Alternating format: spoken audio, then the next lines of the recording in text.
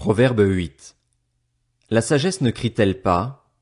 L'intelligence ne parle-t-elle pas tout haut? C'est au sommet des hauteurs dominant la route, c'est à la croisée des chemins qu'elle se place. À côté des portes, à l'entrée de la ville, à l'intérieur des portes, elle crie. Hommes, c'est vous que j'appelle, et ma voix s'adresse aux êtres humains. Vous qui manquez d'expérience, apprenez le discernement. Vous qui êtes stupides, apprenez le bon sens. Écoutez, car ce que je dis est capital et j'ouvre mes lèvres avec droiture.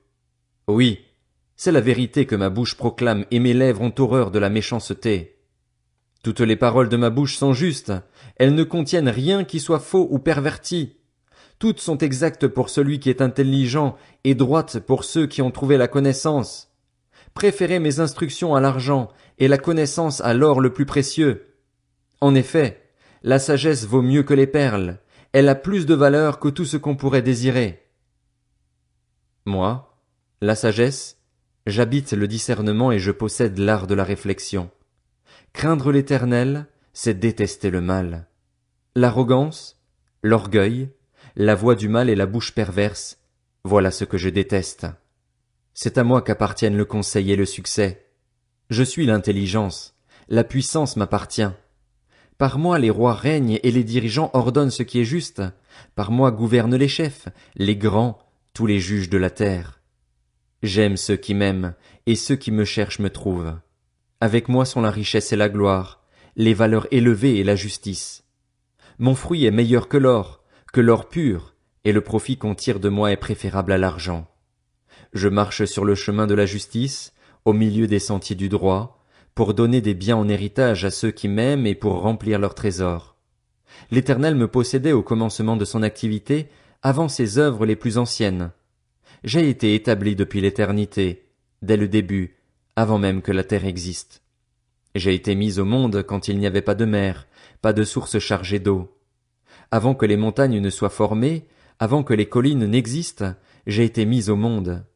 Il n'avait encore fait ni la terre, ni les campagnes, ni le premier grain de poussière du monde.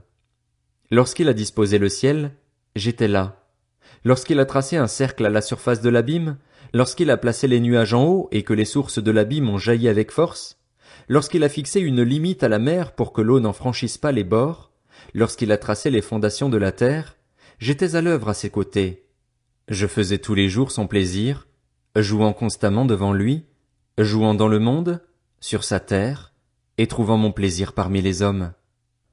Et maintenant, mes fils, écoutez-moi. Heureux ceux qui persévèrent dans mes voies. Écoutez l'instruction pour devenir sage, ne la négligez pas.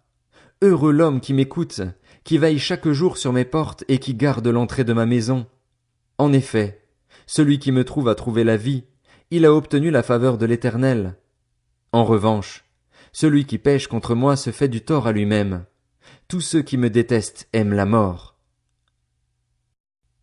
Proverbe 9. La sagesse a construit sa maison, elle a taillé ses 7 colonnes. Elle a abattu son bétail, mélangé son vin et dressé sa table. Elle a envoyé ses servantes, elle crie sur le sommet des hauteurs de la ville. Qui manque d'expérience? Qu'il entre ici. Elle dit à ceux qui sont dépourvus de bon sens, venez manger de mon pain et boire du vin que j'ai mélangé. Abandonnez la naïveté et vous vivrez. Avancez sur la voie de l'intelligence. Celui qui instruit le moqueur récolte le mépris, et celui qui reprend le méchant s'attire ses insultes.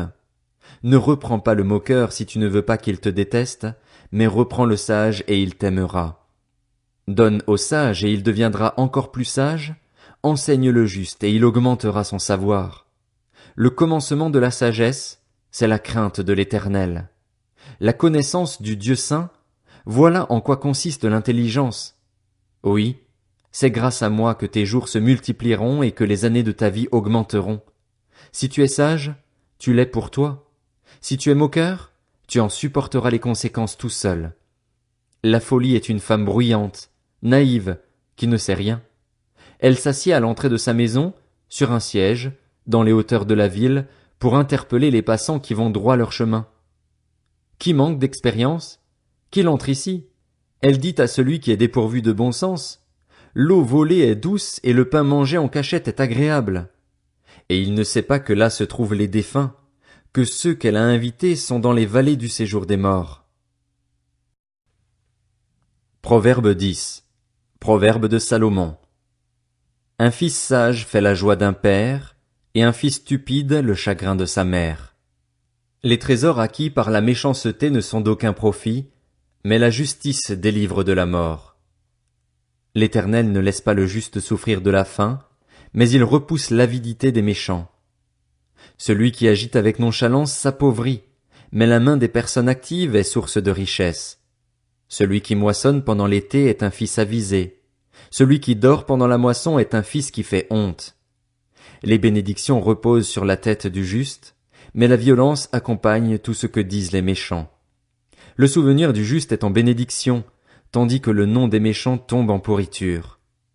L'homme au cœur sage fait bon accueil au commandement, mais celui qui parle comme un fou court à sa perte. Celui qui marche dans l'intégrité marche en sécurité, mais celui qui emprunte des voies tortueuses sera découvert. Celui qui cligne de l'œil est cause de souffrance, et celui qui parle comme un fou court à sa perte. La bouche du juste est une source de vie, mais la violence accompagne tout ce que disent les méchants.